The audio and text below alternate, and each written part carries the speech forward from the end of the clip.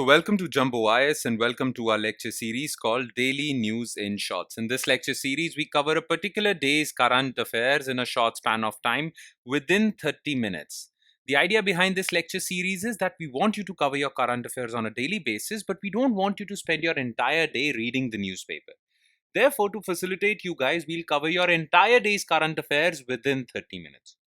Now, just after watching this lecture, you need to revise this lecture as well, because revision is very important if you really want to consolidate these current affairs in your memory for longer periods of time. Otherwise, you'll quickly forget them, right? Revision would take another 20 minutes. So 30 minutes of watching this lecture, 20 minutes of revising this lecture, and in about 50 minutes time, you'll be done for the day as far as current affairs are concerned. Now, you can revise these current affairs from the notes provided by us. Okay. Now, these notes are available on our Telegram channel, and the link to our Telegram channel is provided in the comment section below this video. You just have to click on that link. It will take you to our Telegram channel, and from there you can download the notes for this lecture. Okay, enough of the introduction. Let's straight away jump into the lecture, starting with taking a look at the list of topics that we will cover in today's lecture. So in total, we'll be focusing on 4 topics. Okay, so in total, these are the 4 topics that we'll focus our attention on. These 4 topics are selected on the basis of their probability of featuring in the exam. All right. Now, topic number 1 is high credit card interest rate issues. Okay. Recently, a Supreme Court judgment has some opinion regarding the high interest rates charged by credit card companies. So we'll talk about this. Then recently, Air India announced that it is going to provide in-flight internet within the flight of its domestic flights. Okay, so we'll talk about this issue. Then recently, a political tussle is going on between CPIM and BJP in the state of Kerala regarding the legacy of a social reformer called Narayan Guru, Sri Narayan Guru. So who was this social reformer? We'll talk about this. And in the end, we'll talk about an announcement made by Uttarakhand government regarding the Char Dham Yatra. And this announcement has a lot of bearing on the environmental or ecological significance or ecological stability of that region. So we'll talk about this issue as well. Okay, so without much delay, let's start our discussion with topic number 1, which is high credit card interest rate. Okay. So recently, Supreme Court, a 2-judge bench of Justice Bela M. Trivedi and Satish Chandra Sharma, they said that banks are allowed to charge interest rate and no authority except the RBI can challenge them on this issue. Okay. A case was filed by some petitioners, some consumers. They said that credit card companies are charging exorbitant interest rates. Okay, and that amounts to unfair trade practice. Supreme Court has said that this does not amount to unfair trade practice. Okay, in doing so, Supreme Court overruled a 2008 decision by National Consumer Dispute Redressal Commission. Okay, now I'll give you a brief background about this issue. The thing is that when you buy credit cards, okay, you can do payments from these credit cards. In a sense, these credit cards provide you with credit, okay, loans to do your shopping and all. But if you miss the payment of these credit cards, okay, so let's suppose you did your shopping and at the end of the month you have to pay your bills, okay, bills of these credit cards. But if you miss the deadline, then banks charge exorbitant interest rates. They charge very high interest rates. Now, some petitioners challenged this charging of high interest rate by banks. They said that this amounts to unfair trade practice. And in 2007, they filed a case with Consumer Forum. Okay, and their case was listened to by National Consumer Dispute Redressal Commission. So these people were fed up of high interest rates on missing the payment, and they filed a case in Consumer Forum, National Consumer Dispute Redressal Commission, in 2007. And NCDRC said that banks cannot charge an interest rate more than 30% per annum. Now, Supreme Court has said now in 2024 that banks can do that. And in fact, NCDRC has no authority over this issue. Only RBI has this authority. Okay, so the background is something like this. In 2007, petitioners had argued that charging excessive interest rates for credit card payment delay or default is unfair trade practice under Consumer Protection Act. They filed a case with NCRDC, and NCRDC ruled in their favor. In fact, they put a 30% per annum cap on interest rates. Even if you miss the payments of credit cards, still banks cannot charge more than 30%. Now, banks challenged this in the Supreme Court, and the argument given by banks was that the decision as to what interest rates can be charged is not up to NCDRDC. Okay, NCDRC. NCDRC cannot interfere with this. As per Section 21A and 35A of Banking Regulation Act, no authority except RBI can tell banks what sort of interest rates they can charge. Okay. Article 21A of Banking Regulation Act 1949 says that no authority, no court can pull up a bank and say that you have charged excessive interest rate. And Article 30A says that only RBI can tell the banks, give them binding directions to follow. So if we take 21A and 35A together, then no authority, no court in India can direct banks to reduce their interest rates or reprimand them for charging high interest rates except RBI. Section 35A clearly gives that authority to RBI. So banks were saying, who is NCDRC to tell us we cannot charge more than 30%? And using this argument, they filed a case in the Supreme Court. And Supreme Court ruled in the favor of banks. Okay. Section 21A says, a transaction between a banking company and debtor shall not be reopened by any court, and by any court includes NCDRC, on the ground that the rate of interest charged by the banking company in respect of such transaction is excessive.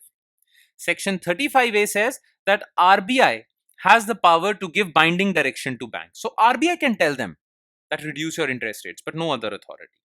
Now, using this power given to RBI under Section 35A, RBI had given two directions in May 2000 to these banks.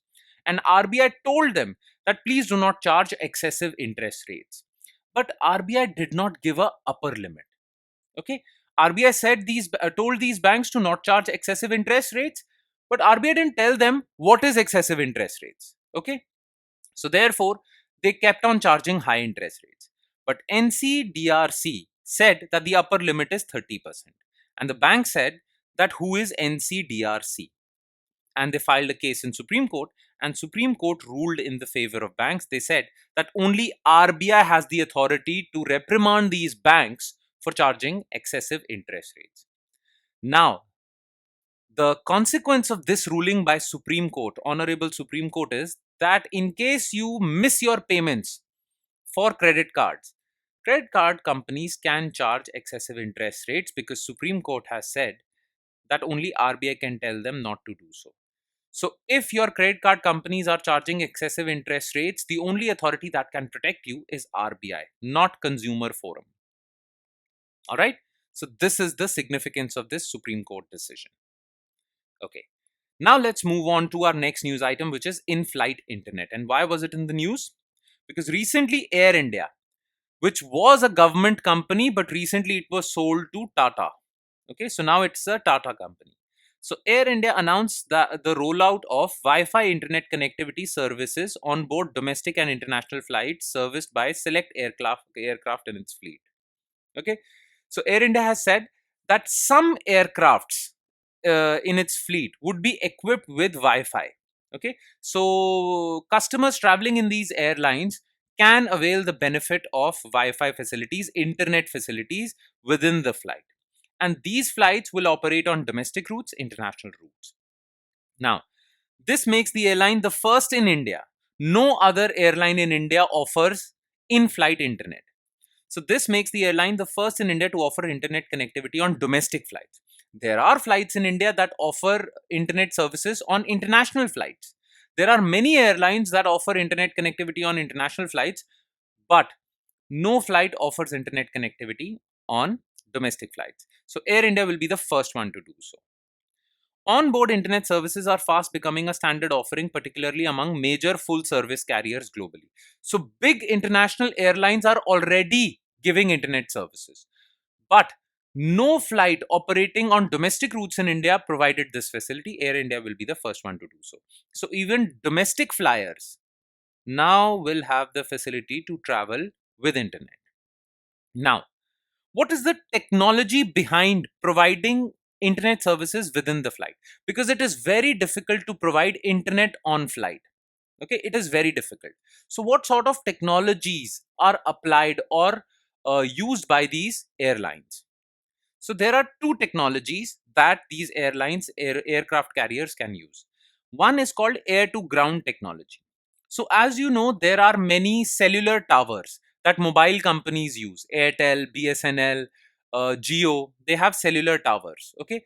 These cellular towers provide internet connectivity to your mobile phones.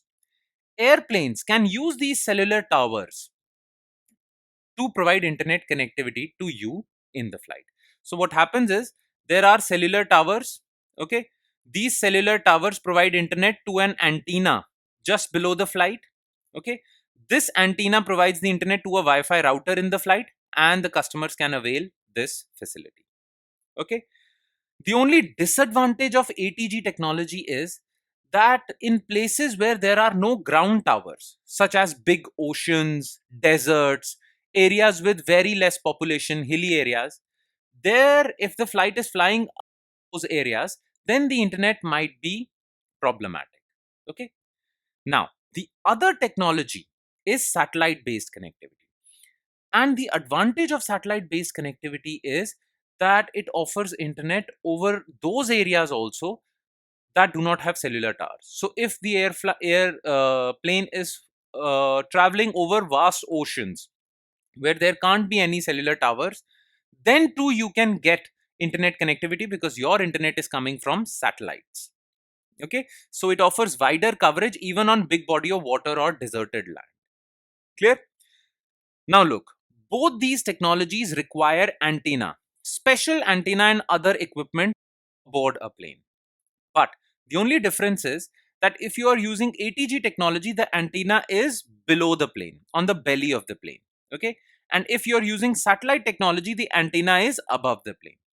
Obviously, for obvious reasons, because cellular towers are on the ground. So they'll relay signals to the belly of the plane. Satellites are above the plane, so they'll relay signals to the above. Okay. This is the difference between these two. So satellite based connectivity is better because it provides wider coverage, plus its antenna is placed above the aircraft. Okay. Now, how expensive is this technology? The thing is that the equipment and antenna are quite expensive, and airlines have to bear the initial cost of installing antenna on the aircraft. Therefore, many airline companies offer these internet services for a price, and that price is very high. Okay. Plus, some airline companies only provide this internet facility to people on the business class or first class travel, not for the economy class. But Air India has announced that it will provide this service free of cost. But Air India has said that we will provide this service free of cost initially. In some time in the near future, we will charge a price for it because this facility does not come for cheap. No airline can provide this facility for cheap or for free. They will charge a price. In fact, some airlines are thinking that they can generate an alternative source of revenue through this. Okay, so that is the situation. All right. Now we'll move on to culture related news, especially history related news. We'll be talking about a very prominent social reformer of 19th and 20th century, mostly 20th century, in the state of Kerala, and that is Sri Narayan Guru. Now, why was Sri Narayan Guru in the news? Because currently his legacy is being claimed by two parties who are fighting with each other in the state of Kerala. Kerala has one dominant party, that is Communist Party of India, Marxist. Okay, but BJP is making inroads in the state of Kerala, and they are gaining ground there. Now both these parties are fighting to claim the legacy of Narayan Guru, because Narayan Guru has many followers in the state of Kerala. CPIM says that Narayan Guru was not a Sanatan Dharmi, he was not a Hindu, whereas BJP says he was, and there is this war of words between the two leaders. All right. Now, the question for us that we need to know, the question that should be answered by us, is that who was Narayan Guru? Okay. So, Narayan Guru was born on 22nd August 1856 in the village near Thiruvananthapuram, Kerala.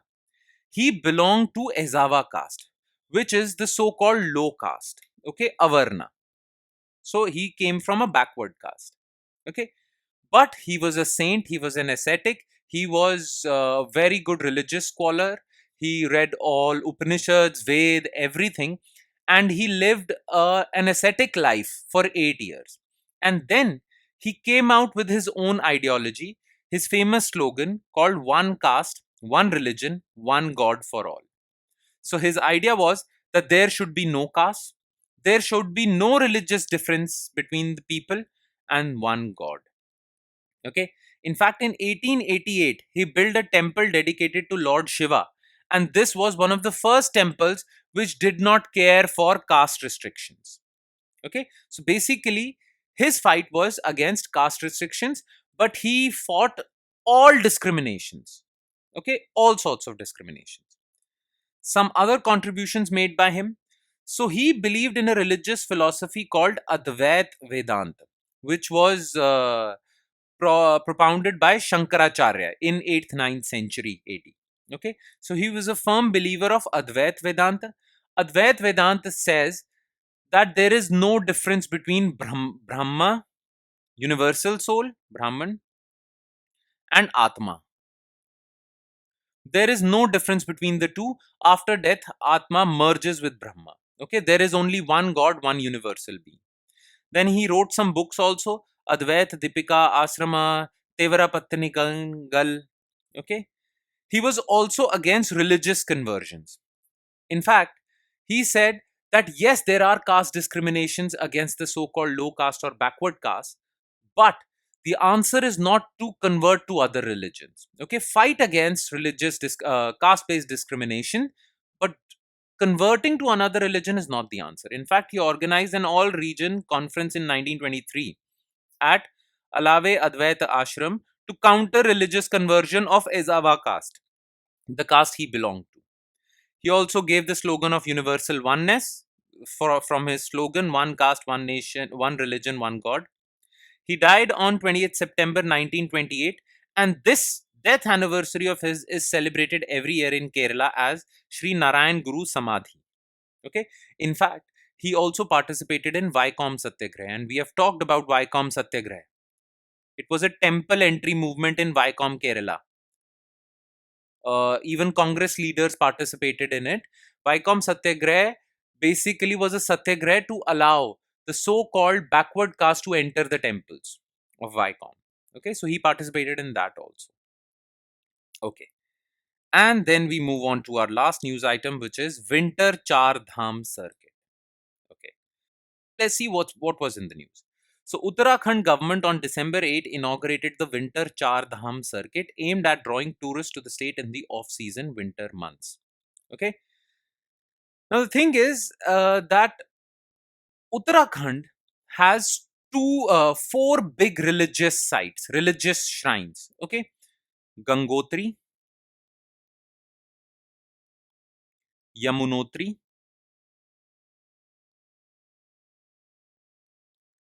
Kedarnath, and Badrinath.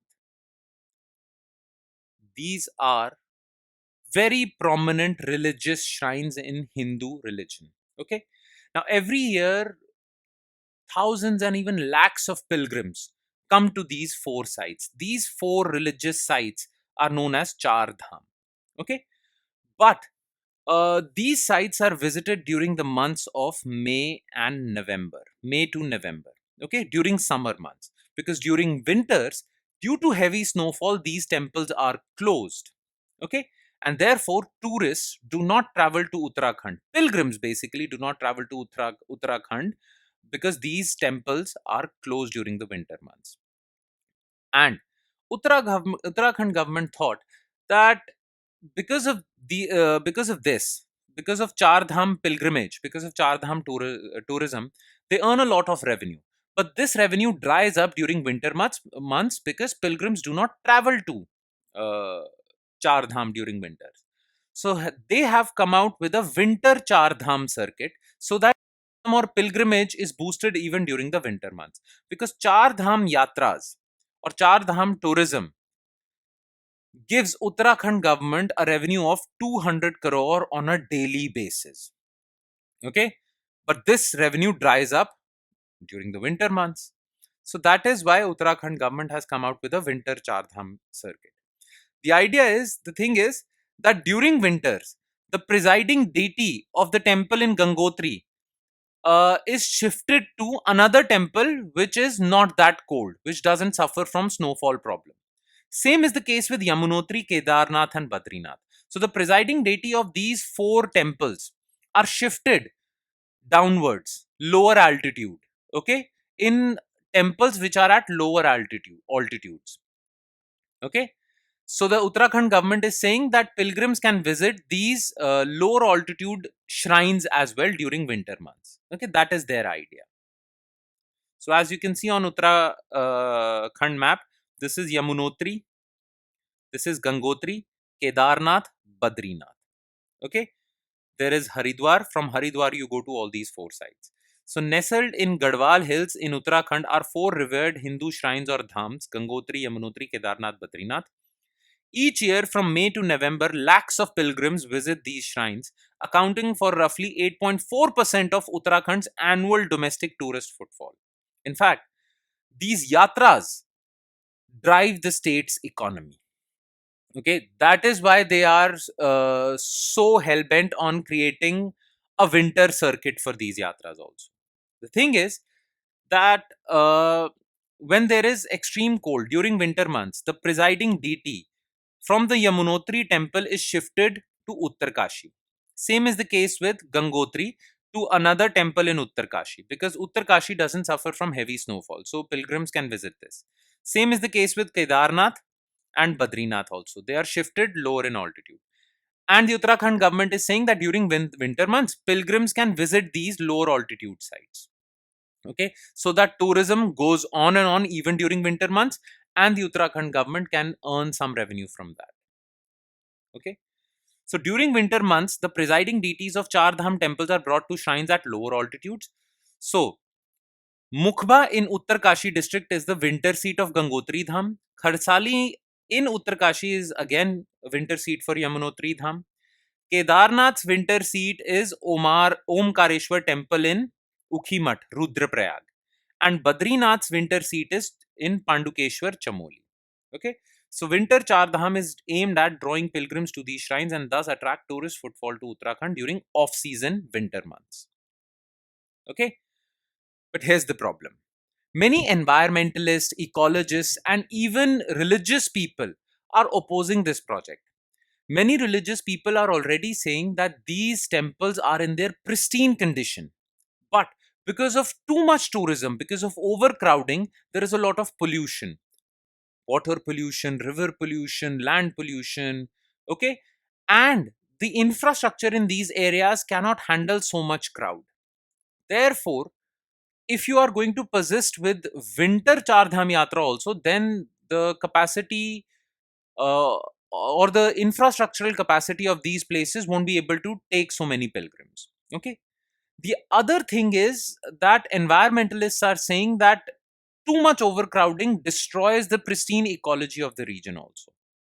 Okay, so there are some concerns. First of all, some people say there is some threat to wildlife because during winter, rare and threatened species on high mountain slopes come down to these areas and come down because so many tourists would be there that it would lead to man animal conflict, which will harm the life of these animals as well as humans. Then there is environmental threat. Increased footfall at these sites is already straining local infrastructure, causing overcrowding and environmental degradation. Plus, commercialization of these sacred sites is something that religious people are not appreciating. So these are the concerns. environmental concerns, religious concerns, biodiversity concerns. All right. And with that, we conclude today's session. Thank you so much for watching, everyone. And please do not forget to revise this lecture. I'll repeat it again and again. Revision is very important, or else you'll forget these current affairs. So take another 20 minutes revising this lecture as well. Okay. On that note, I'll be signing off. Thank you so much, everyone.